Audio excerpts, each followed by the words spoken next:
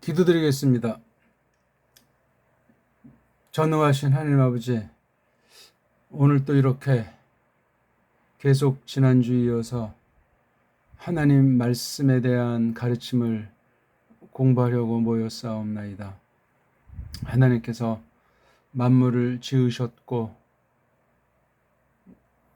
그 만물을 통해서 하나님 뜻이 무엇인지 알리시는 거룩한 다스림을 기록해 주셨사옵나이다. 그런데 거기서 발생한 첫 꼬꾸라짐을 놓고 그것을 저희들이 깊이 헤아려야 하겠는데, 예수스 그리스도스를 보내신 뜻이 무엇인지를 성령님으로 말미암아 깨우쳐 주시는 일로써 마침내 하나님의 뜻이 끝날에 이루어지게 하시려고 사람들을 하나님의 생김새로 지으셨으며, 만물에 속한 경륜을 하나님께서 사람들에게 가까이 함께하사 알리시려고 문자로서 사귐을 또한 저희들이 믿사옵나이다. 성경 기록 자체와 성경 기록 이후 하나님께서 하나님의 뜻을 어떻게 보존하시고 계승시키셨는가 하는 방편으로서 말씀 선포를 베푸셨는데, 하나님의 뜻이 기록된 이 말씀을 똑바로 해석해야만 그런 일이 가능하옵나이다. 사탄의 수법이 워낙 간교하고 워낙 치열한 가운데 온 세상을 속이고 있사옵나이다. 늘 쓰는 말들을 저희들이 관심을 기울이지 않는 가운데 얼마나 속고 속이는 일들이 꽉 차 있고, 끝날 향해 가는 이 마당에서 가장 거짓말쟁이요 살인자가 사람이라는 사실을, 사탄에게 속한 사람들에게 특유하게 나타나는 사실을 저희들이 두려워하옵나이다. 가장 큰 속임이 하나님의 말씀을 엉터리로 가르치는 거기에 있고, 그것이 배교 증거 중에 으뜸 가는 사실로서 참으로 온 세상이 수라장인 사실을 털어놓사옵나이다. 계속 저희에게 하나님께서 말씀을 맡기신 일과 말씀을 풀어 밝혀 주셔서 우리 믿음을 자라나게 하시며 분수 있게 하심을 고맙사옵나이다. 하나님이셔 저희들이 정말 구원받은 사람으로서 이 땅에 두신 배달 결례로서 지난날 일반 은총 가운데 어떤 일을 펼쳐 오셨는가 하는 것에 대해서 마음 기울여 잘 알아야 하겠는데, 이 방면이 철저히 뿌리까지 근본 망가져 있사옵나이다. 그것조차 저희들이 생각하지 못하고 사는 나쁜 버릇에 얽매여 있사오니 통탄하고 통회하옵나이다. 저희들을 불쌍히 여기사 하나님께서 만물을 지으시고 그리스도스를 말미암아 구속하시는 가운데 하나님과 하나님 백성들 사이에 영원한 사귐을 어떻게 이룰 것인가를 이 땅에 있는 동안 깨우쳐 주시며, 하나님께서 말씀하신 대로 주권으로 모든 것들을 이루어 오셨음을 성경 기록을 통해서 확신하옵나이다.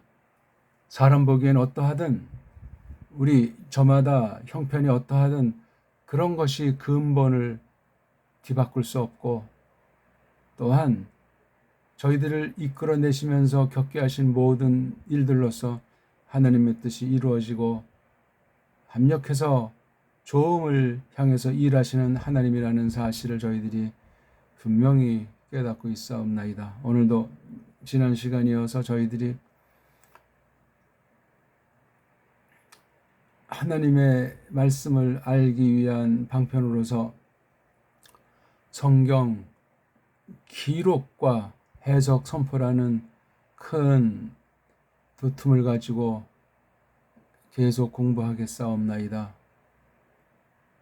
하나님께서 베푸신 뜻을 하나님께서 베풀어 주신 언어 문자라는 방면을 통해서 저희들이 성경 안에서 어떻게 가르치나 하는 것을 저희들이 헤아려 사탄의 괴계가 어떤 것인가를 구별하도록 하시며 하나님께서 일반은 총방면에 어떻게 저희들이 마음을 기울여서 하나님 앞에 정당한 태도를 취할 것인가 하는 것에 대해서 구별해야 하겠사옵나이다. 저희들 오늘 나올 수 있도록 성령님께서 진리의 싸움 한복판에 두신 것과 거기서 어떻게 하나님께서 함께 하셨던가, 어느 만큼 주님의 분명한 뜻을 이룩하셨는가 하는 사실을 믿고 하나님에게 찬송하기 위해서 모였사옵나이다. 우리 찬송을 받으시며 모든 것의 열매로서 하나님 앞에 공동의 고백으로서 이렇게 하나님 앞에 나오도록 하신 경륜과 섭리, 그 안에 풍성한 내용에 대해서 마음 깊이 되새기며 또한 그러한 시각과 분별력으로서 앞으로 남은 한 삶을 전진해서 하나님을 기쁘시게 하도록 하시옵소서. 오늘도 저희들을 진리 가운데 이끄사 이 막바지 배교가 극심하고 심판의 그날이 저벅저벅 다가오는 듯한 이때 하나님께서 남은 이들을 통해서 거룩한 뜻을 이루시되 배달교례에게 베푸신 문사철의 중요한 요점들을 통해서 참으로 알아야 할 것을 알게 하사 진리의 말씀인 오직 성경 기록을 가지고 모든 것들을 좌지우지 하시는 하나님의 솜씨를 발휘하시되 저희들을 써주시고 언제든지 흐리스도스 뒤를 좁기에 부족함이 없도록 하시옵소서. 구주 예수스 흐리스도스 이름으로 비옵나이다. 아멘. 하나님 말씀을 오늘 계속 이어서 공부하겠습니다. 성경 기록, 이건 알죠? 우리가 66권으로 통칭 말하는 정경에 대한 건데요. 자, 이 성경을 기록한 사실에 우리가 포인트를 두면서 이것을 해석해 가지고 선포하는, 지금 요 각각의 두 도틈을 또 특수하게 이제 우리가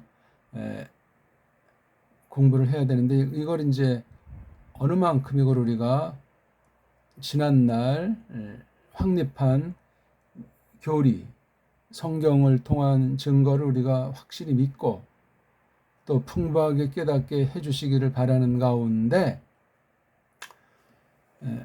성경 기록이라고 하는 그 사실이 어떻게 되어 있는지, 이런 것을 성경 안에 몇 군데를 놓고 이제 우리가 공부를 해 나가려고 하고, 이것을 증거하는 방편으로서 우리 거룩한 모임 하나님의 집에서 어떻게 이것을 밝혀가지고 선포, 뭐 이른바 설교라고 흔히 말들 하는데, 해석을 해서 선포하는 방편으로서 이 문자가 어떤 것인가, 구약 기록에 있는 문자, 신약 기록에 있는 문자가 다릅니다. 그리고 이 원어 성경에 기록되어 있는 첫 계시 문자가 그 뒤 번역 문자랑 또 다른데 그게 어떻게 되어져 있는 건가, 그런 것들 우리가 상식 차원에서 잘 알아야 되겠습니다. 그리고 여기에 이제 이게 계시 중에 특별하다 해가지고 특별자가 붙인 건 특히 이제 타락이라고 하는 것이 한 가지가 있어요. 타락. 그리고 하나님께서 구원하신 백성들에게 베푸신다 하는 면에서 이 특별자를 우리가 생각하시고 계시란 하나님께서 소경된 우리에게 찾아오셔서 알 수 있는 만큼 또 알 수 있도록 여러 가지 것을 부리셔서 하시는 일을 계시라는 말로 우리가 표현한 거예요.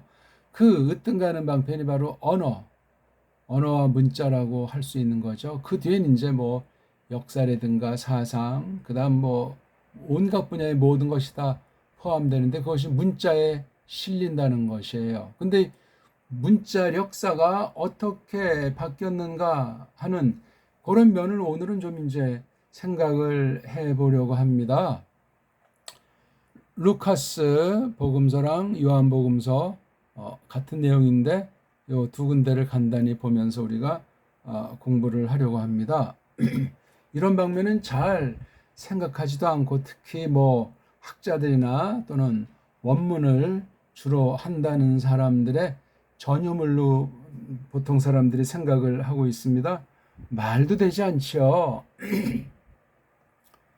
사탄이 여러 방면, 중요한 방면 거머쥐고 속이고 있는데 가장 핵심 수단이 바로 언어 문자예요. 세상에서도 언어 문자를 쥐어 트는 자가 계속해서 정치도 할 수 있고 온 세상을 틀어서 그냥 별별 사건을 저지르기도 하고 숱한 사람을 개돼지로 속여가지고 하나님을 대항하고 영원히 망하게 하도록 하는 많은 방편들 중에 으뜸이 이 문자예요. 문자. 지난 세기 18세기부터 한 20세기 전반부에 걸쳐가지고 세계 몇 개 안 되는 그 문자를 완전히 세탁해놨어요. 비스무리하게 만들어놨고 한 어떤 그 언어의 그 법칙, 언어학의 이러저런 것들을 계속 옷 입혀가지고 겉으로 뭐 전혀 뭐 다른 말 같은데 말의 틀을 완전히 비틀어놔서 망가뜨렸어요. 그래서 그런 말을 쓰게 되면은 하나님으로부터 멀어지고 어떤 세력에게 노예구시를 하고 세상에 빠져서 그냥 식의주의에 머물러서 짐승 이하로 사람들 생각이 망가지고 처신이 더러워지는 상태를 저희들이 지나고 있는 중에 있습니다. 그 공격의 초점이 바로 성경을 망가뜨리는 거죠. 성경 번역이라든가 출판, 하나님 말씀 선포해서 완전히 거짓으로 말씀을 선포하게 하는 일, 이런 거는 이제 종말 현상 중에 우리가 뭐 적그리스도를 숱하게 이제 보내는 일에서 그다음에 배도하는 일에서 등등 뭐 대표적인 것들 성경에 써 있는 것보다도 종말에 아주 뚜렷한 증거들로 나타나 있거든요. 그런 신학 전반에 성경 내용 전반에 대한 것들을 놓고 그 핵심 중에 핵심이 되는 하나님의 뜻을 문자로 기록해 오셨는데 그 문자가 어떤 변화들이 있는가 하는 것들을 우리가 상식으로 생각을 해야 되겠다 그 말입니다. 자, 본문을 한번 읽어보겠습니다. 누가복음 23장 38절입니다. 네. 그런데 또 새긴 글이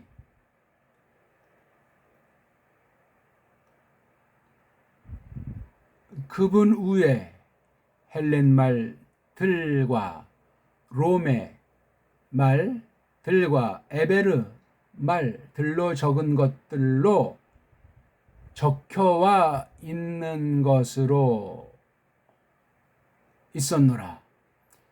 이가 그 유다이아 사람들의 그 왕에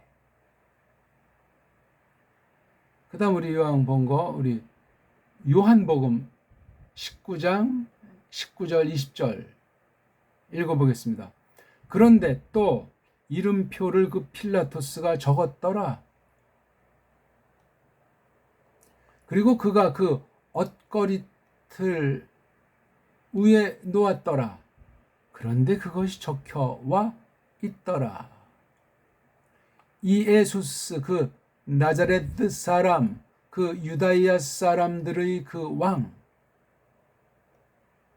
그러므로 그 이름표를 그 유다야 사람들 많은 이들이 읽었더라.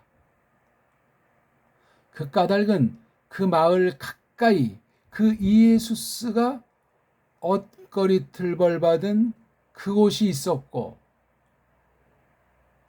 그것이 에베르말, 헬렌말, 로메말로 적혀와 있더라. 예, 어떻습니까? 비슷하면서 요한네스가 좀 더 자세히 적은 것 같죠? 그런데 중요한 거, 루카스에서는 새긴 글이라고 했어요. 새긴 글. 그 다음 요한은 이름표. 뭔가 이제 이렇게 하다가 요즘 흔한 외국말로 말하면 타이틀. 이건 이제 이렇게. 근데 쓴 사람이 필라토스라고 잘 밝혀졌어요. 그렇죠? 필라토스. 그리고 여기 옷걸이틀이라고 해서 스타우로스.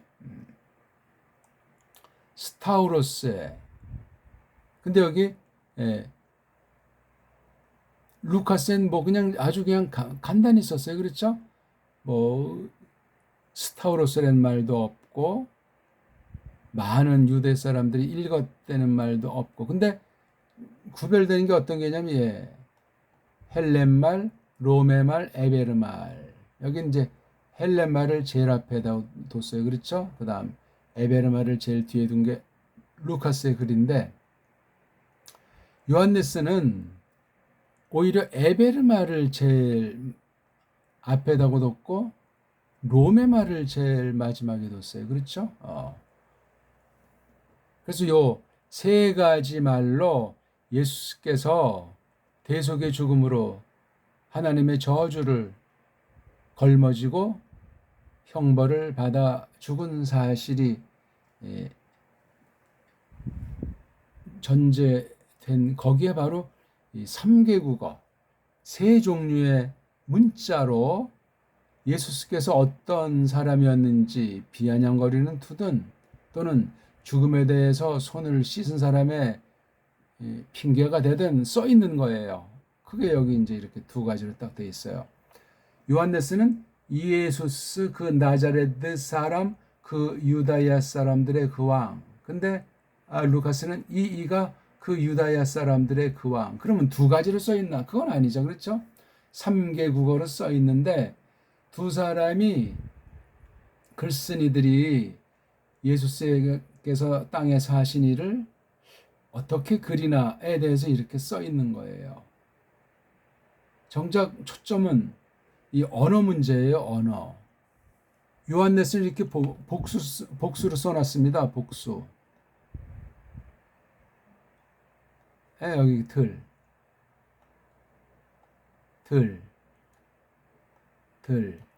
요한네스는 단수로 썼잖아요. 그냥 에베르말, 헬렌말, 로메말.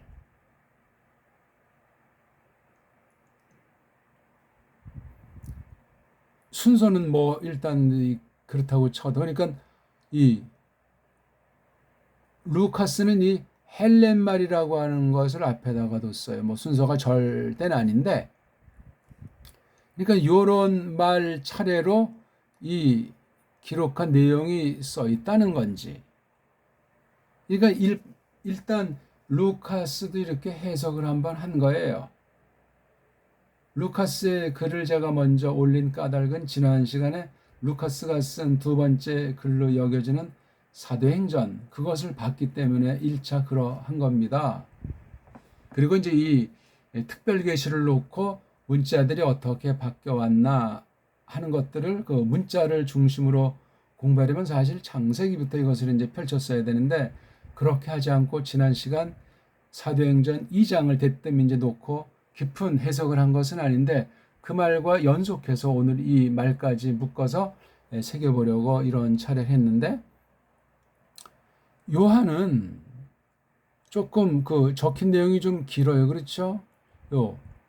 이에수스라고 그 예수의 이 이름을 밝혔고 나자렛 사람이라고 그 준 출신 이것까지 더 이렇게 했어요. 그다음 글 쓴 순서는 에베르말을 제일 앞에 돕고 그다음 헬렌말 로메말로 적혀와 있더라. 이렇게 썼어요. 하나를 놓고 조금 달리 말한 건 복음서를 보는데 굉장히 중요한 잣대 중에 한 가지가 되겠습니다. 같은 내용이라고 해도 그렇죠? 특히 이른바 지난날 한 가지 좀 유치한 빤한 것이 공간복음, 그래서 마테마가 누가를 묶어서 그냥 엮어준 한 가지 중요한 좋은 점은 있지만 각각 특성을 상실케 하는 잘못을 범했고, 또한 요한복음은 또 어떤 별도의 그런 복음서인 양 또 튀는 것으로 해놨는데 그건 좋아요. 좋지만 근본 각각을 잡는 것이 중요하겠고, 각각의 핵심인 예수께서 이 땅에서 어떻게 스스로를 드러내셨는가, 하나님의 뜻이 무엇인가 하는 것들을 우리가 잡는데, 예수님께서 잡혀 죽은 그 스타우로스, 그렇죠? 나무틀로 돼 있는 것에 못 박아서 달아 죽인 그 스타우로스 위에 이렇게 써 있는 팻말이란 말이에요. 팻말. 루카스는 헬렌말, 그 당시 신약, 그쵸? 신약 당신 헬렌말로서 쭉 돼 있었던 거예요. 근데 요한이 쓴 글을 보게 되면 에베르말을 제일 앞에다가 써요. 이거 보니까 그 유다 사람들의 많은 이들이 읽었다. 그러니까 유대인들이 읽었다는 말에 포인트를 두려니까 그 에베르말을 한 거예요. 여기 아람말이라는 말이 없어요. 예수님 당시는 아람어를 썼을 것이다, 썼다, 이렇게. 아니, 성경에 없는 말들을 왜 함부로 집어 넣어가지고. 그리고 이제 한 걸음 더 나가서 어떤 자들은 LXX라는 이른바 구약을 번역한 건데, 신약은 말고 구약이 에베르말로 되지, 이걸 갖다 헬렌말로 썼다고 한 그 LXX를 예수스랑 제자들 다 이것을 써서 신약을 기록했다. 그냥 별별 그 소문들이, 헛소리들이 꼬리를 물고 나가는 것을 우리가 일단 주목해야 되겠습니다. 이게 오늘 읽은 두 군데 있는 말씀이에요.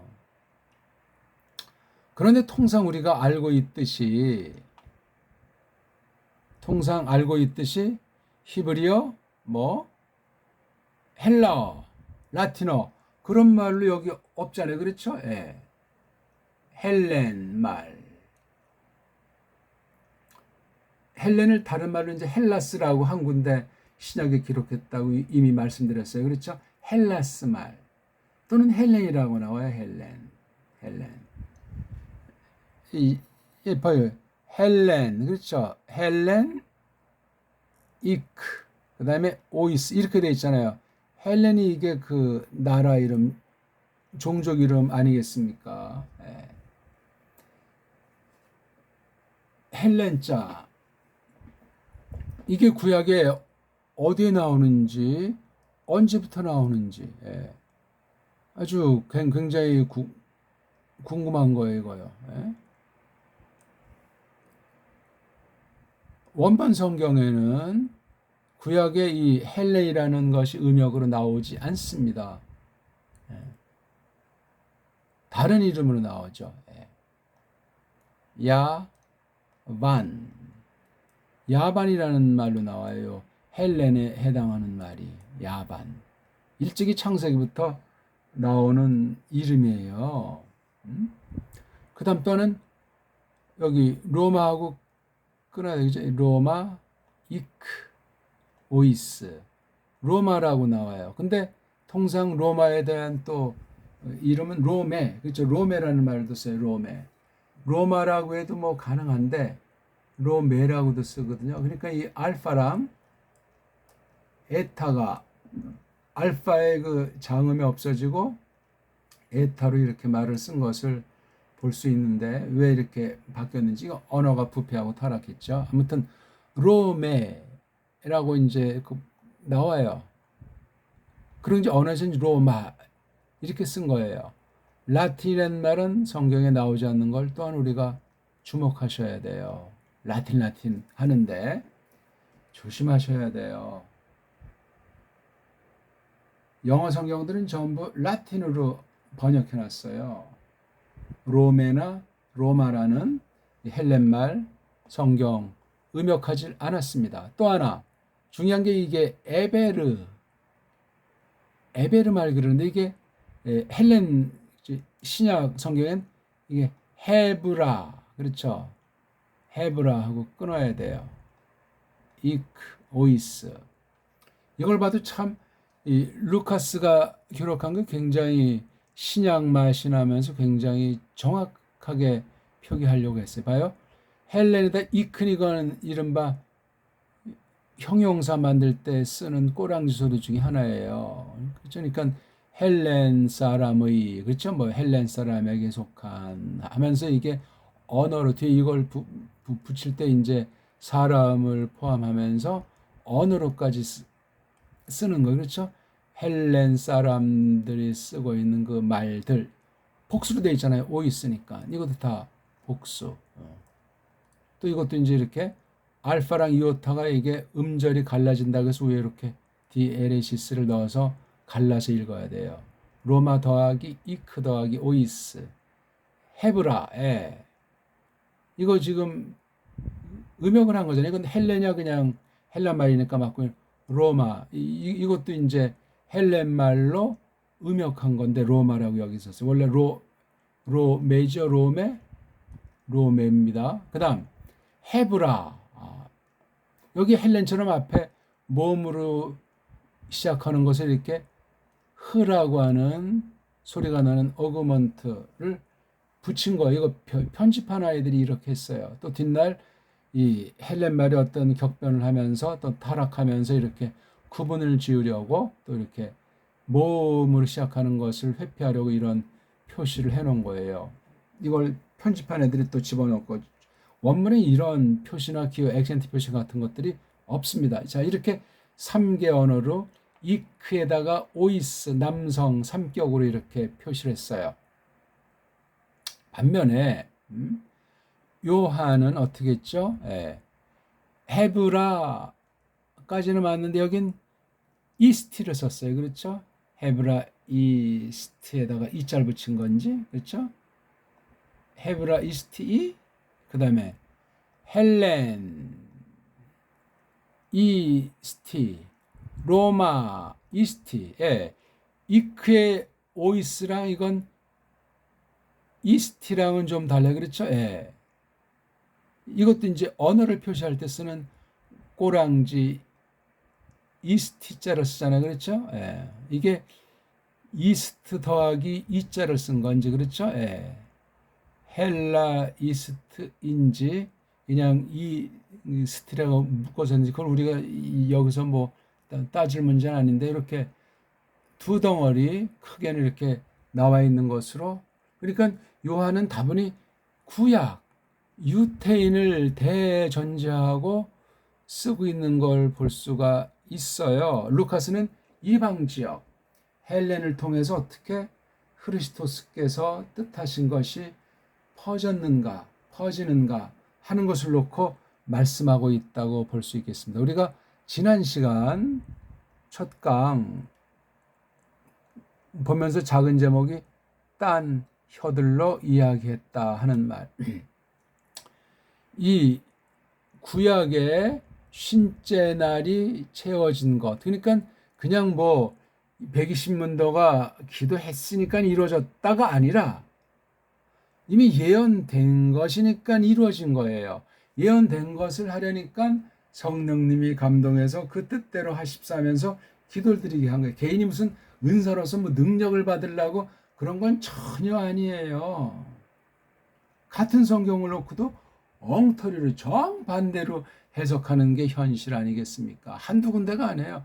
대부분이 또 그렇게 좇고 있고 한 가지는 울림이 생긴 거예요.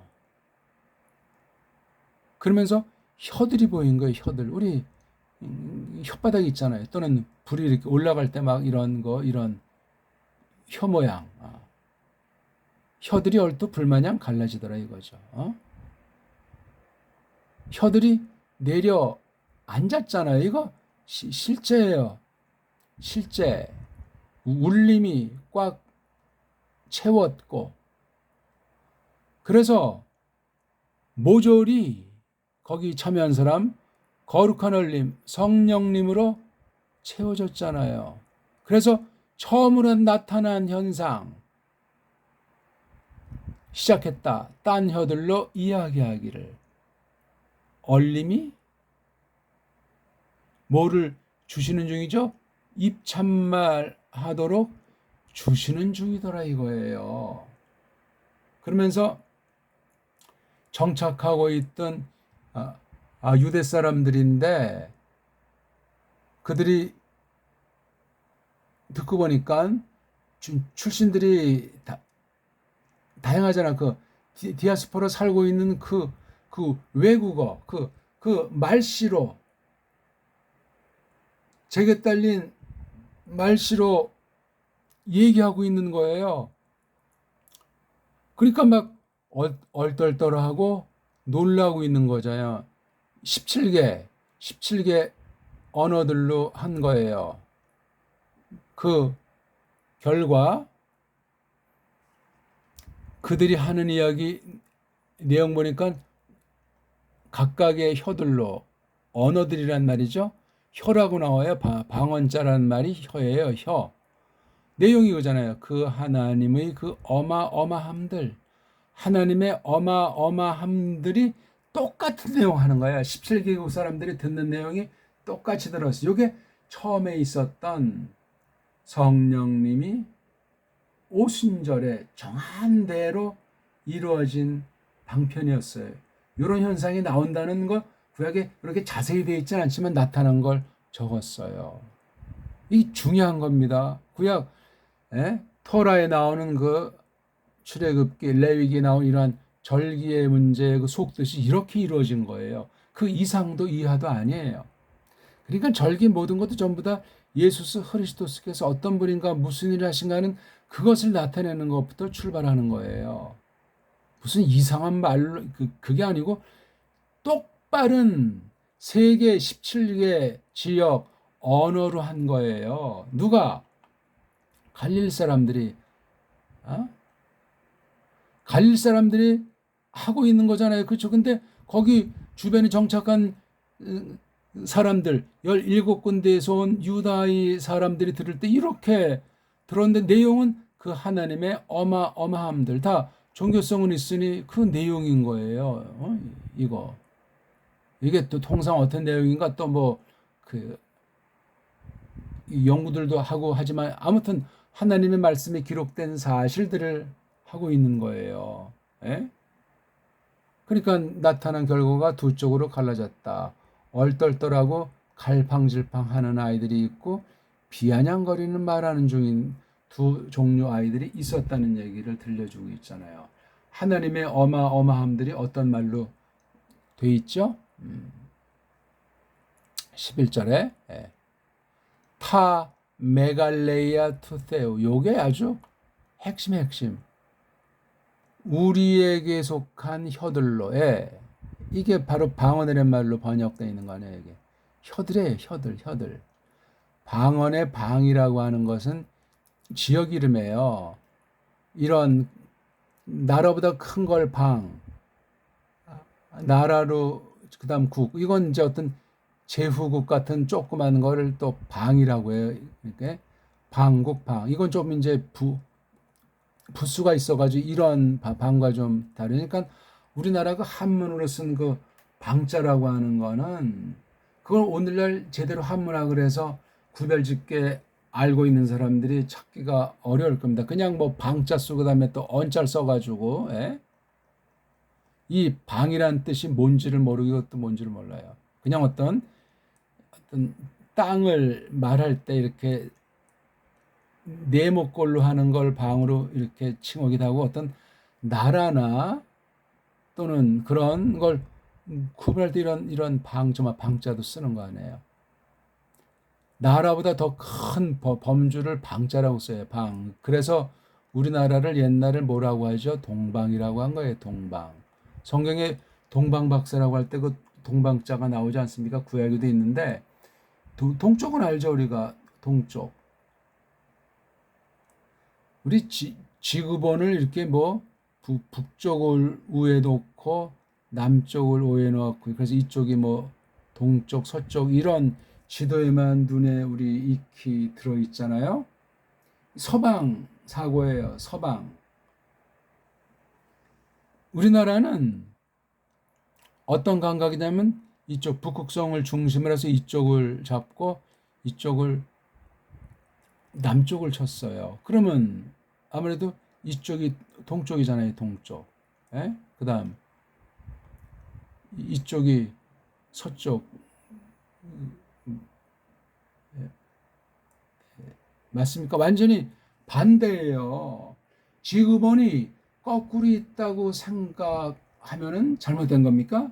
지구본이라고 하는 사실이 맞다고 할 때 거꾸로 되는 건 사람의 논리에 잘 생각을 하지 않아요. 뭐 덜어 그렇게 이제 보는 사람들이 있는데, 그러니까 이게 우리 역사책을 읽을 때 그나마 있는 것조차 그냥 다 찢어발기고 조각내고 신화 전설 따위로 둔갑시키는 이 국사, 세계사 연구하는 사람들의 그 심각한 문제를 아는 사람조차 별로 없어요. 안다고 해도 태양을 못하는 거예요. 그런 것이 성경 기록의 방위에 녹아 들어가 있단 말이에요. 이 동방 그랬을 때 동쪽을 말할 때 우리가 이런 지도에서 동쪽이라는 것으로 성경을 번역하지 않았겠는가. 언제 번역이 됐든 어떻게 됐든. 왜냐하면 이 방자라는 우리 한문, 그러니까 우리 한문이랑 중국에서 쓰는 이 간체라고 쓰는 그 중자 중문, 그다음 일제는 약자를 쓰잖아요. 약자. 어저께 일본 전에 그 수상 아베 수상이라는 사람이 총 맞아서 죽는 사건이 벌어졌죠. 그 어떤 무슨 뭐 사촌 할아버지인지 누구인지 그 사람이 우리나라 일제 때 마지막 총독이잖아요. 그렇죠? 예. 그 사람이 가서 100년 만에 우리가 반드시 다시 온다 한 그 참 한심한 그 발언을 우리가 기억하고 있죠. 어쨌거나 이 방이라고 하는 것이 아무나 하나 쓰는 것이 아니라 이건 우리 동이족 중에서 우리나라를 쓸 때 방이라고 썼어요. 이걸 또 작은 의미로 동국이라고 하죠. 동국. 예, 동국. 동국은 방보다 작은 면에 쓰는 거니까 동국이라고 하는 것이 주변에 제후국을 거느리고 방대하게 경영했다고 할 때 이 동방이라는 이 큰 나라 개념을 쓰고 그 중에 동쪽 방면에 있는 나라. 이 동이라고 하는 것이 어디냐 이거지. 현대 지도를 놓고 성경 지도라고 하는 말도 안 되는 것을 놓고 성경 해석하고 뭐 심지어 성경에도 없는 성지 순례하는 우상 숭배 노름들을 거의 모두가 하지 않는 사람이 없을 정도 아닙니까? 돈이 없어서 구경 다니지 못하는 거죠. 70년대부터 이제 불붙기 시작했잖아요. 그렇죠? 80년대 이제 과도기를 넘어서서 90년대는 완전히 그냥 어중이 떠중이 안 가본 사람이 없어요. 이제 거기 식상하니까 바울 전적지, 초대교회 전적지, 그다음 나가서 또 뭐 종교개혁 전적지. 그 정말 그거 할 시간에 성경이나 읽고 성경대로 읽어야지. 성경 자체도 보내면서 성경 관련된 뭐 주변 배경 역사, 뭐 지도, 뭐 유태인의 뭐 랍비가 어쩌고 저쩌고, 뭐 서방 뭐 유럽 교회가 어쩌고 저쩌고, 그런 풍설에 따르다 보니까 성경을 있는 대로 보질 않고 왜곡된 것으로 보고 옛날 우리 언어가 어떻게 됐는지 우리 한문에 대한 건 완전히 망가져 버렸어요. 동국에다가 우리 말을 세종 때 정음을 만들어 놓고 그 정음에 대한 소리로 한문으로 된 세계 모든 언어를 이렇게 소리로 읽는다 한 책이 바로 동국정운이에요. 동국정운을 한글학자들은 부정해요. 어쩌고 저쩌고 하면서. 그리고 한글주의라는 거야. 한글주의. 동국정운이 있을 때 한글이라는 말이 없잖아요. 언문이죠. 언문. 정음이건 가림토 정음, 또는 뭐 진서든 그런 말로 되어 있는 그 말들이 싹 다 없어져 버렸잖아요. 지금 그 말대로 하면 뭔 말이지? 꾸벅꾸벅 눈만. 아무튼 동방이란 말의 방자가 그런 방이란 말이에요. 방이.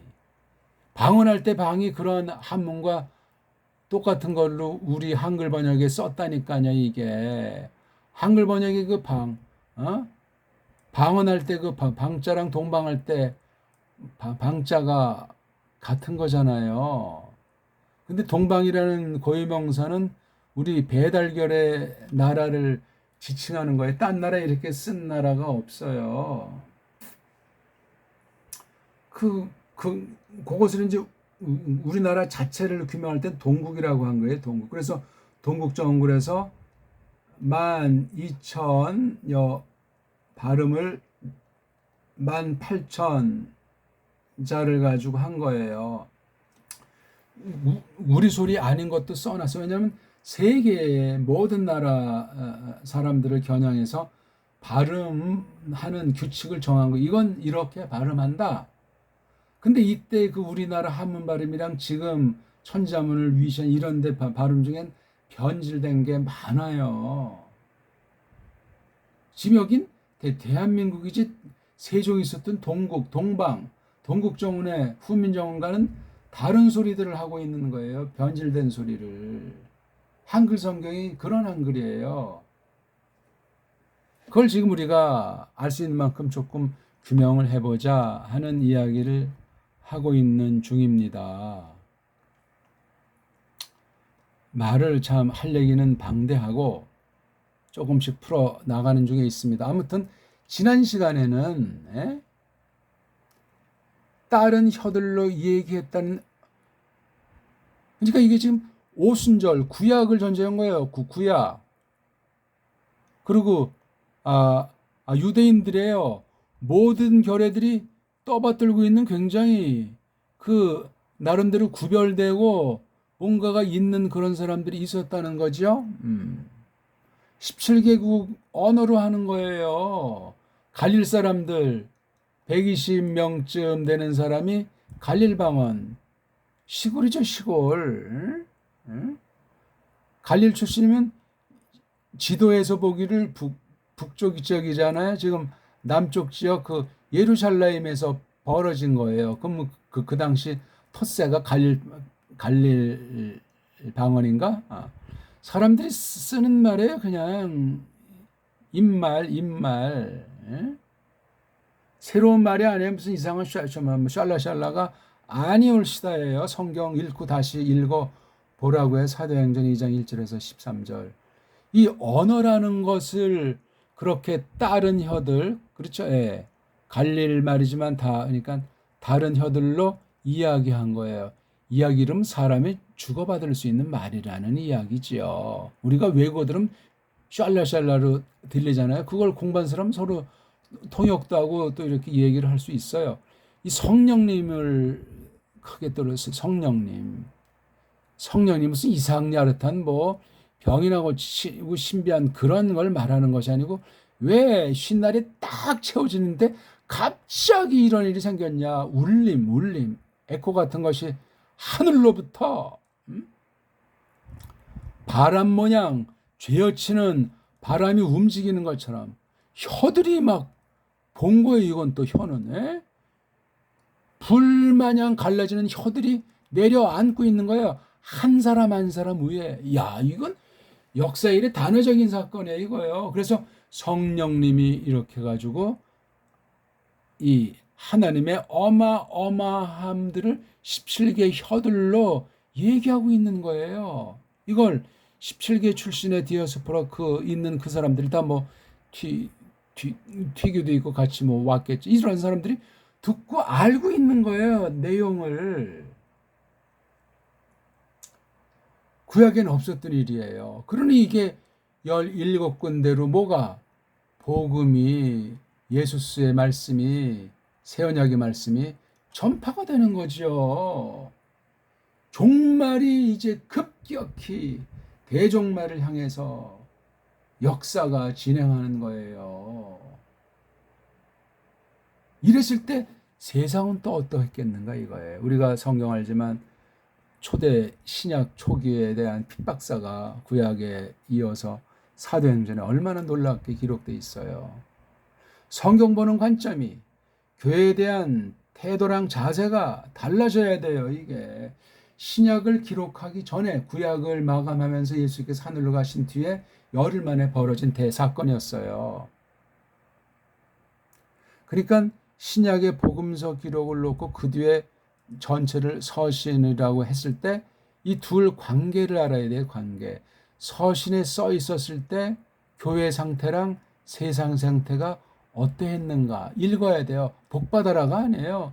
그 복받아라, 그 복이란 참된 건 예수스 뒤쫓다가 환난받아 죽으라는 얘기예요.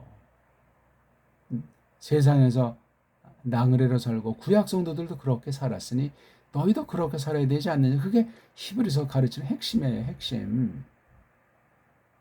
예수 믿는 게 뭔지, 교회가 뭔지, 성경이 무엇을 가르치는 건지, 예수스 그리스도께서 어떤 분이신지 이걸 도무지 알아먹지를 못하는 엉터리. 방언의 연사를 가르친 거냐고요, 이게. 성경의 1절 매력 더하거나 엉터리로 해석하면 끝장나는 거예요. 성경이 구약과 신약에서 선언했고 그런 사건으로 숱하게 구약 보세요. 기록되어 있고 신약도 기록되어 있는 겁니다. 자, 이걸 놓고 오늘은 여기 두 군데 말씀에서 헬렌 말 들, 여기 들자로 썼는지 말이에요. 로메 말 들, 에베르 말 들, 이걸 볼 때 벌써 이게, 이건 아까 지난 시간 봤던 사도행전 2장 전의 역사이거든요. 예수께서 죽으시기 전에 매달려 있는 그 글에 이게 써 있는 거예요. 이게 3개국어로다가. 이건 방에 속하는 말이 아니에요. 이건 국내지. 그냥 또 다른 방, 국방. 큰 전체 나라를 대표를 했을 때 대표되는 나라를 방이라고 썼고, 그 다음 각 지역의 큰 나라들을 국이라고 썼어요. 국. 그 다음 나머지 제후국 내지 그 집단은 또 지금 제가 그걸 쓸지 못해. 이거 왼쪽인가 오른쪽에 변인가 부스가 있는 그런 규모의 방자를 써요. 중원이다, 중국이다 하는 건 우리가 쓰는 말이에요. 우리가 지금 중국에 한 뭐 1억도 안 되는 아이들이 20억 가까운 애들을 통치하는 건 서방에서 온 아이들의 이주한 족속이에요. 그 중에는 짝퉁 유태인도 있다는 사실을 기억하셔야 돼요. 이것들이 주자학이라고 하는 것으로 있던 사상을 둔갑해가지고 송나라 시대부터 벌써 이게 천년도 넘는 얘기 아닙니까? 나중에 이 친구들이 갑자기 사라지면서 명나라 통해서 우리 배달결의 속으로 침투해서 성략이라고 하는 거를 가지고 유교라는 종교 형태를 통해서 주자 가련이 뭐 그렇게 가지고 종교 냄새를 풍기면서 우리나라를 완전히 조선이라고 하는 것을 놓고 사색 당쟁을 펼치고 노론 중심에서 오늘 현대 대한민국까지 펼치는 이 흉계에 대해서 방대한 내용인데, 그 손님 족속 서방에서 온 이족이라고 하는 객가족이 어떤 일을 벌여왔나 하는 걸, 그래서 16세기 넘어 17세기에 마테오 리치라든가 이 카톨릭의 전위 조직 깡패인 예수회가 와서 완전히 우리 동방을 한족과 외족과 우리 배달족을 완전히 차례차례 초토화시키고 그네들의 수법으로 그 성경까지도 버무려서 완전히 이지러뜨린 역사가 바로 카톨릭이랑 개신교가 어떻게 우리나라를 정복했는가, 엉터리로 망가뜨리고 있는가 하는 사실을 주목하셔야 돼요. 언어 문제예요. 언어 문제. 언어 문제를 잡으면 역사 문제가 풀려나가요.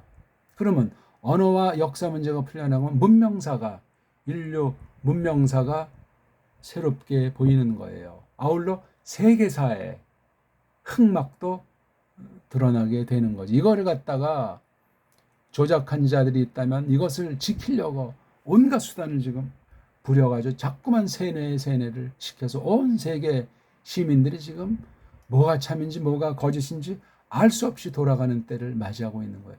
예수님께서 죽었는데 이렇게 3개국어, 이 당시 이게 3개국어가 영적으로 또한 육적으로 의미심장한 언어를 갖다가 예수께서 잡혀 죽은 사건, 이가 그 유다야 사람들, 유대인들의 그 왕, 계사에 해당하는 서술 동사도 없어요. 그냥 이거에 단순히 무슨 신문의 큰 타이틀처럼 아베 총격의 사망, 그런 식으로 이걸 해가지고 오며 가며 그 사람들이 읽으면서 또 조롱을 해대고 침대 뱉고 뺀다고 날리고 그런 짓을 한 거예요. 퍼졌죠. 그러니까는 야금이 예루살렘이 이게 대단하구나. 우리가 봤잖아요. 사도행전에서 17개국으로 섭리 가운데 퍼져 있던 사람. 그 비참한 삶인 거예요. 디도가 AD 70년에 완전히 그냥 초토화시킨 것도 있고, 그렇죠? 그 다음 완전히 그 아수르 바벨론을 통해서 남쪽 유다, 북쪽 이스라엘 다 세상에 퍼뜨리고 그 족속을 와가지고 예수님 당시에 있었던 그 사마리아라고 하는 지역 이름과 사람 이름 있잖아요. 바로 그 동방 쪽에 있던 사람이 와서 여기 남겨둔 사람과 완전히 혼혈족이 되고, 그러니까 아수르는 아수르대로 날라오고 이쪽 그다음 유대족은 유대족대로 짬뽕에 돼가지고 있던 그 사마리아 사람, 유대인들이 얼마나 경멸했습니까? 상종할 값어치가 없는데 예수님께서는 어느 날 물가에서 아니 사마리아 계집애랑 얘기를 나누고 있잖아요. 먹을거리를 사가지고 오다 보니까 깜짝 놀란 거죠. 배움꾼들이. 이런 사건. 그 당시 헬렌 말이 굉장히 유력한 말이고, 로메 말이 또 사실 교체해가지고, 그렇죠? 헬렌 말이 그 당시 그 서민들의 아주 뼛속까지 깊어있기 때문에 로메 말은 행정 관리 내지는 총독이 있기 때문에 그런 말이고, 또 역시 에베르 말이 이게 또 그 전에 터를 잡고 있는 사람들이 있기 때문에 이렇게 3개국어로 했어요. 그렇죠? 3개국어. 헬렌 말을 히람 말, 그렇죠? 또 이건 무슨 헬라 말, 이렇게. 로메 말은 잘 안 써요, 오늘날. 라틴 그래요, 라틴. 라틴이 언제 어떻게 만들어졌냐? 아는 사람도 없어요. 에베르 말. 이런 말로 번역한 성경이 제가 한 것밖에 없죠. 이걸 보통 히브리라고 하잖아요. 히브리. 이건 조금 우리가 설명을 드렸으니까 다 알 거예요. 에베르가 바로 아브라함의 조상이에요. 에베르. 노아흐 다음에, 그렇죠? 노아흐 다음에 셈이 뭐 아르박사, 뭐 그 다음에 아르박사이 또 누굴 낳죠? 그 다음 있는 게 바로 이거 에베르예요. 에베르. 이걸 애자를 발음이 안 되니까 애자를 히라고 해에서 히. 모음이 원래 없으니까 그냥 해로나 하나 그냥. 그래서 어떤 문을 보면 하비르라고 해요. 하비루. 아브라함은 하비루 베두인이다. 하비르든 히브리 사람이건, 또는 여기 제가 이거 에베르라고 하잖아요. 또는 이제 지금 영어는 이제 히브루, 또 뭐 헤브로, 그런 말도 쓰잖아요. 그렇죠? 예. 그래서 헤브라이즘 이런 말을 쓰잖아요. 헤브라이즘, 헬레니즘. 모음이니까 이게 아인자를 발음을 못하니까 이걸 라틴 Y자 비슷하게 이거 있다고 해서 이응자 계통, 후음 계통으로 해서 여기다 히읗으로 처리해버린 이런 참 해프닝이에요. 엉터리 방송국이란 말이죠. 야, 신약에도 벌써 이렇게 요런 말로 썼는데 이게 제대로 직역이 되지 않고 있는데 뭔가 흑막이 있는 거예요. 흑막이. 그러니까 우리나라 말 성경 번역이 일단 딴 나라한테 뭐 핑계 대기 전에 문제가 일단 심각하고, 딴 나라 말 성경도 이걸 왜 좀 영어 성경은 전부 다 이걸 왜 라틴이라고 했는가? 거기에 흑막이 있는 거예요. 그럼 로마라는 나라의 존재, 로마족이라고 하는 것이 뭐 전설 따라 삼천리로 뭐 이 짐승에 젖 먹고 나온 거 두 명이 어쩌고 저쩌고 뭐 형이 뭐 동생을 죽였는지 동생을 형을 이런 전설 따라 삼천리 같은 나라예요. 전설 아닙니까? 로마가 정말 있기나 있었던 거냐고요. 딴 나라가 있었는데 이렇게 둔갑시켜서 그냥 역사를 소설로 만들었나 하는 그런 썰도 있는 거라고요. 이게 에베르어예요. 히브리어가 아니고. 왜? 에베르가 개인 이름에서 그 가문이 퍼지니까, 에?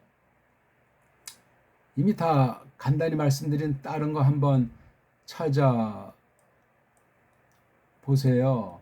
모음이 없으니까 아바르라고 읽든 이비르라고 읽든 에베르라고 읽든 뭐 오베르라고 읽든 모음 붙인 사람들이 지 멋대로 한 거예요. 거기까지 조심스럽게 생각하세요. 자음이 중요한 거예요. 자음이요. 자음이라는 반쪽 음절로 된 게 구약 써 있는 말이에요.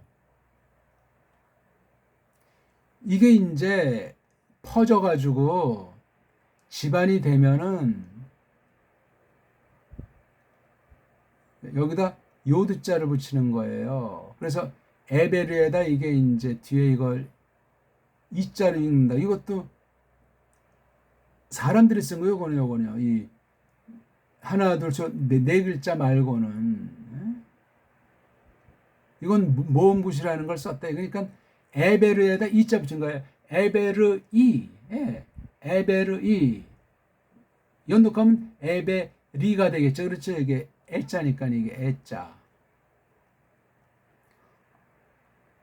원래가 에베르잖아요. 이렇게 걔네들이 쓴 모음 체계를 인정해 준다고 해도 이거 이런 거 점 찍은 지 역사가 오래된 게 아니에요. 이거 조심하셔야 돼요. 이게 장난 놓은 거예요. 구약 원음은 자음으로만 돼 있어요. 모음에 흉계가 숨어 있어요. 참고사항이에요. 참고사항.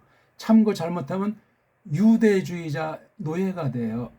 그럼 다시 뭐 예루살렘 성전이 회복돼서 거기서 다시 피제사를 드리고 천년 동안 뭐 통치하고 이런 헛소리를 한다고요. 그건 이단 사상이에요. 그건 이미. 아무튼 에베르 해서 이자 붙인 건 에베르 사람, 에베르 집안, 에베르 가문, 에베르 종족. 요거까진 성경에 나와요. 그 뒤에 얘네들이 쓰는 말이라고 할 때는 어떤 걸 붙이냐면 이게 타부자를 붙여요. 타부자. 그럼 이게 에베르이에 여기 모음 없으면 의자니까 에베르이트. 요거 하면 에베리트. 에베리트. 근데 이 모음을 바꿨잖아요. 이건 이자로 한다. 이건 모음이 없는 거로 한다. 그래서 이브리트가 된 거예요. 현대 이스라엘 나라 딴 나라 내쫓고 만든 거잖아요. 1948년. 이것도 이제 코미디예요. 있을 수 없는 일이에요. 영국이 주도해가지고 국제 음모가 있어서 지금까지도 해결이 안 되는 곳이잖아요.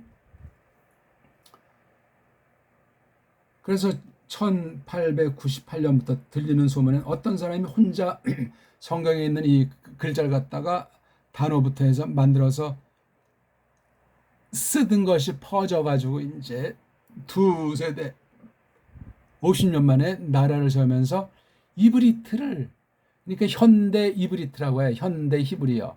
이건 성경 히브리어래요. 성경 이브리트래. 성경엔 이브리트라는 낱말이 없는데 요 사람으로부터 비롯된 건데 에베르라는 사람, 에베르. 아브라함 조상. 노아의 오대손인가요? 에베르. 이런 걸 우리가 아셔야 된다고요. 노아로부터 쳐서 6대, 아브라함으로부터 쳐서 6대 조상, 노아의 후손인 에베르 사람, 중요한 사람이에요. 아브라함도 자기 에베르 사람이라고 하잖아요. 한국에는 히브리 사람이라고 하고, 야곱도 마찬가지예요. 그 족장들이 전부 다 에베르 사람이라는 호칭을 해서, 그럼 에베르 사람이 자곤 쓰던 말일 테니까 에베르어겠는데 에베르어란 말은 없어요. 성경에. 이스라엘어도 없어요. 이스라엘리트가 없다니까요. 근데 유대어는 있어요. 예? 유다가 예후 다잖아요. 다. 그렇죠. 이 해를 갖다가 바꿔서 예후디, 이건 유다 사람이에요. 뒤에다 대보죠. 예후디트. 이건 있어요. 또 아람이라는 사람이 창세기 나오잖아요. 아람 사람이 퍼지니까 아람이, 이건 아람족이에요. 아람 집안. 뒤에 보니까 아라미트, 이건 아람어가 되는 거예요. 아람족이 쓰는 말 줄여서 아람어. 예. 에베르로부터 출발돼서 만들어진 에베르 집안, 에베르족이 쓰는 말이 에베리트가 되는 거죠. 에베리트가 제대로 된 발음이에요. 가사 발음에서 이브리트라고 해도 이걸 에베르로 번역해줘야지. 왜 고유명사를 지들 멋대로 해? 모음이 없이 자음으로만 되어 있다고 해서 자기네 마음대로 합니까? 어떻게 로메 또는 로마가 어떻게 라틴이 됐는지 규명한 거 전 아직 본 적이 없어요. 아직 찾아보지도 않았지만, 뭐 헬렌, 뭐 헬라스, 이건 뭐 비슷하니까 뭐 큰 차이를 두지 않는다고 쳐도, 이게 바로 이미 죽으신 사실이 퍼지는 거예요. 능멸의 말로 했건 어쨌건. 그러니까 사도행전 2장에서 그 나타나는 걸 보고 벙벙 뜨고 막 놀라 자빠진 사람들이 있지만, 술 먹고 행패 부린다고 헛소리 한다고 비아냥거리는 자들도 있는 거예요. 이거 자관 번졌어요. 인간들이 하지 않더라도 하나님이 정한 방식으로 감동해서 역사하셔가지고 이루어지는 일이 이 언어예요. 한마디만 하고 마쳐야 되겠는 시간이 많이 갔는데요. 다음 시간은 그래서 그럼 이게 다 지금 하나님의 뜻, 그렇죠? 이건 예수께서 스타우로스, 나무틀 한글 번역으로 십자가인데, 거기에 팻말에 이렇게 써 있는 게 이게 장난 놓은 거냐? 단순히, 빌라도부터 해서 이 율법주의자들이 장난 놓은 거냐? 사도행전은 그럼 이건 또 이제 어떻게 돌아간 사건이냐? 이거는 이거, 놀라운 사건인 거예요, 이게. 여기서 무슨 뭐 방언의 은사는, 이건 방언자가 뭔지도 모르고 이 내용을 갖다 엉터리로 한 거예요. 하나 보면 열을 한다고, 다른 데서 어떻게 성경을 그런 사람들은 자기네 좋은 대로 멋대로 이열령 비열령 보겠습니까? 끝장납니다. 그거는 이 얼마나 대사건이에요. 예수께서 지금 하늘로 가시기 전에 한 말이 즉각 성취된 거잖아요. 사도행전 1장을 보시라고요. 1장 그대로 지금 열흘 만에 이루어진 사건이에요. 왜요? 성령님이 오신 거잖아요. 특별한 강림. 성령은 편지하는 신이에요. 영원하신 하나님인데, 예수스의 그 사역, 신약교회를 통해서 궁극적인 성취를 위해서 이런 일이 벌어진 건데, 그 사실을 증거한 게 계시록까지 나가고, 그것을 더 증거하는 게 교회 사명이잖아요. 말씀 선포의 핵심이라니까요. 그러니까 이거는 지금 우리가 다루는 것이 뭐 신학 전반을 다루는 것이 아니라 언어 현상이에요. 언어로. 그럼 아무튼 이 에벨은 말이라고 하는 건데, 이게 오늘날 조작이 되어 있잖아요. 히브리어. 한국에서는 히브리어라고 번역했고, 영어로는 히브루. 가짜 유태인 이스라엘은 이브리트.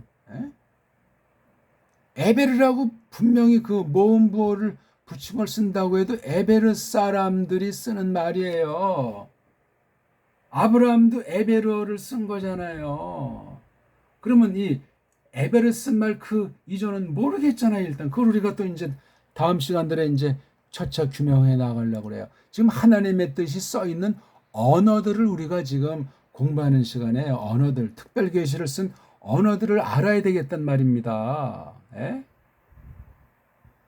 헬렌 말, 이것도 정말 할 말이 많고, 로메 말도 그렇고, 에르 말, 이거 다 성경, 예수님과 관련된 말들이고, 성경, 특별 계시를 기록한 성경과 관련된 역사에 있는 말들이란 말이에요. 여기 중에 좀 우리나라 말은 배달 말기라고 하잖아요. 이 배달 글자는 이건 어떻게 된 거냐 이거지. 우린 더 역사가 깊어요. 헬렌 말 우리말과 잽이 안 돼. 로마 말도 잽이 안 되고 에베르 말이 도대체 이게 언제부터 된 거냐. 에베르 때부터 된 거잖아요. 그전에는 어떤 말이냐. 성경서 답을 구해야 되지 않습니까? 그러니까 어차피 창세기로 이제 거슬러 올라가야 되겠죠. 그래서 저기 계시록 쓴 것은 헬렌 말로 쓴 거잖아요. 요한이 쓴 말씀인데 요한은 유대인이라고 하지 않습니까? 여기 지금 똑같은 사건을 이렇게 기록을 했어요.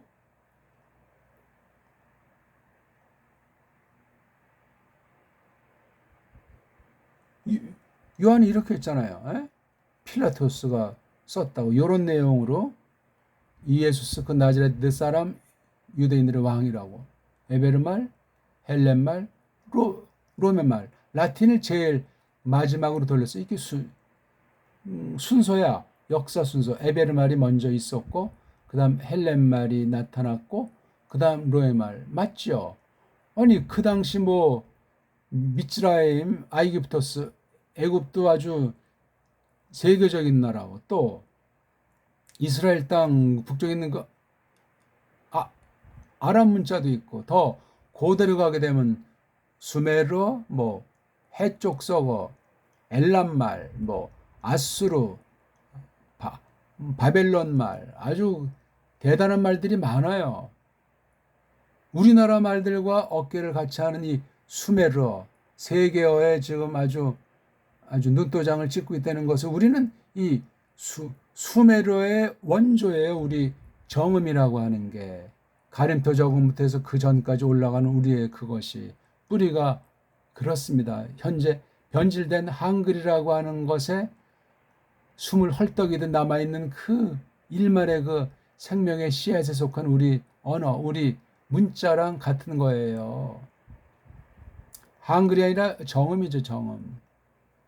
세종이 겨우 수습해놓은 28글자, 잠어 28글자, 이것이 어마어마한 거예요. 에베르 헬렌 로메를 제압하고도 남는 어마어마한 것이에요. 이거 가지고 우리가 하나님 말씀을 공부하고 하나님 말씀을 번역하고 해석하는 그런 공부를 해야 되는데 과연 그 타당성이 하나님의 감추인 뜻이 무엇인가 그걸 우리가 지금 살펴보는 공부를 시작한 거예요. 3개 국어로 특별 계시를 적었는데 성경 계시를 쓴 언어 문자가 어떻게 지금 바뀌었나 그렇죠? 구약 에베르 말에서 신약 헬렌 말로 바뀐 얘기를 했잖아요. 에베르 말과 헬렌 말. 딴 거는 뭐 우리 거론 여지가 없고 여기 헬렌 말 지금 성경 중 에베르 말 구약 성경 중에 일부 200한 20절이 안 되죠? 200절이 좀 넘는 요 부분은 아라미트로 돼 있다고 하잖아요. 아라미트.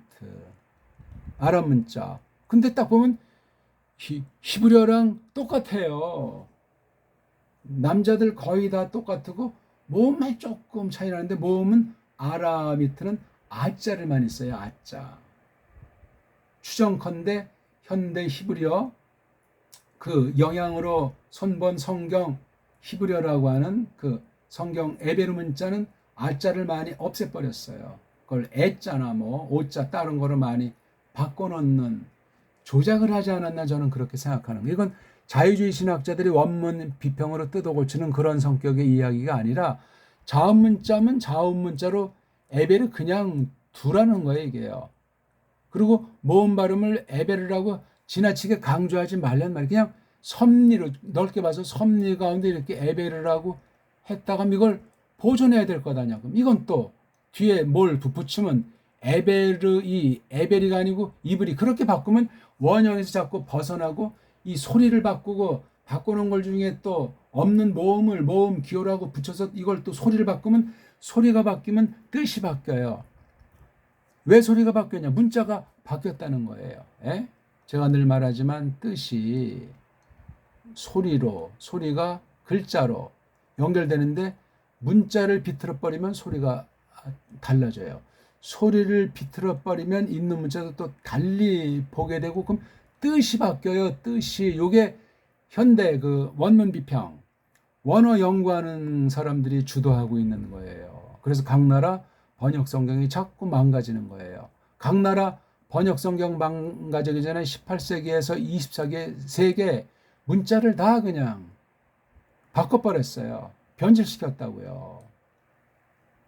그럴싸한 구실을 앞세워가지고 정치 허수아비들을 세워가지고 나라랑 민족을 찢어서 막 새로 그냥 나라를 만드는 일을 18세기에서 20세기 벌인 일이에요. 과학의 문명 발달과 더불어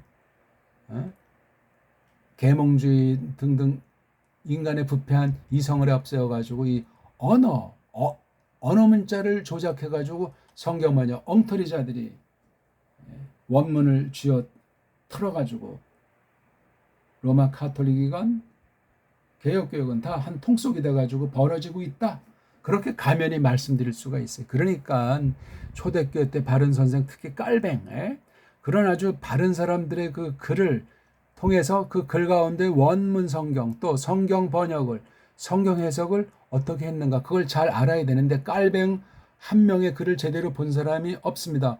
그 원인이 뭔가 할 때 여러 가지가 있겠지만 제가 생각하기로는 일단 깔뱅을 알기 위해서는 구약 에베르말, 신약 헬렌말, 그다음 로메말 이거를 기본으로 하셔야 돼. 이 성경과 교리 언어이기 때문에. 그다음에 프랑스 남으니까 불란서, 앞선 개혁자 루터 쯔빙글린 도가 아닙니까? 번역을 좀 더 일찍 했고 독부를 이어가지고 나온 그 영어, 3개 언어 이거. 그다음 무엇보다 중요한 건 우리 한문과 우리 정음, 우리 문자를 알아야 되는데 지금 한글 전형주에서는 이것이 완전히 우리 정음이랑 언문이랑 우리 한문이 완전히 일그러지고 있어요. 뿌리가 망가진단 말이에요. 한문 발음도 바뀐다고 하잖아요. 한문 발음에 중요한 게 훈인데 그 뜻인데 그게 뒤바뀌는 이런 언어들을 준비해야 돼요. 깔뱅 글을 똑바로 소화하려면 이거 성령님께서 이끌어 주셔야 돼요. 자기네 나라 말 평생 배워도 잘 모르는데 에베르 말, 로메 말, 헬렌 말, 불어, 도거, 영어, 우리 한문, 우리 언문, 이 우리말 최소 이거를 해야 깔뱅글 같은 이런 정통의 글을 똑바로 해석하고 우리말로 성경을 번역해서 신학 연구를 해요. 서방의 사상을 잘못된 건 치워버리고 올바른 걸 잘 계승해서 바른 교회를 통해서 바른 말씀을 배워서 바르게 믿는단 말이에요. 이걸 우리가 지금 공부하고 지금까지 40년 가까이 추구해 오도록 한 거예요. 아무튼 특별계시가 문자로 기록이 됐는데 문자가 바뀌고 있다. 섭리 가운데 어떻게 바뀌는가? 바뀌는 과정에 어떤 조작이 있는가? 오해가 있는가? 원본이 있고 사본이 있고 번역본이 있고 이걸 놓고 해석해서 선포한다는 여기에 핵심이 문자인데 이것에 대해서 우리가 어떻게 알고 있는가 하는 걸 잘 공부하시길 바라겠습니다. 성경 기록과 해석 선포의 핵심이 문자관, 언어관 이것이 역사와 아주 선이 다 있다는 거죠. 근데 우린 지금 역사에 관심도 없고 역사가 비틀어졌는지 알지도 못하는 나라 아닙니까? 대한민국이 언제 세워졌는지 아직 그냥 설왕설래하고 있는 곳이에요. 우린 문자가 없다는 얘기예요. 기도합시다.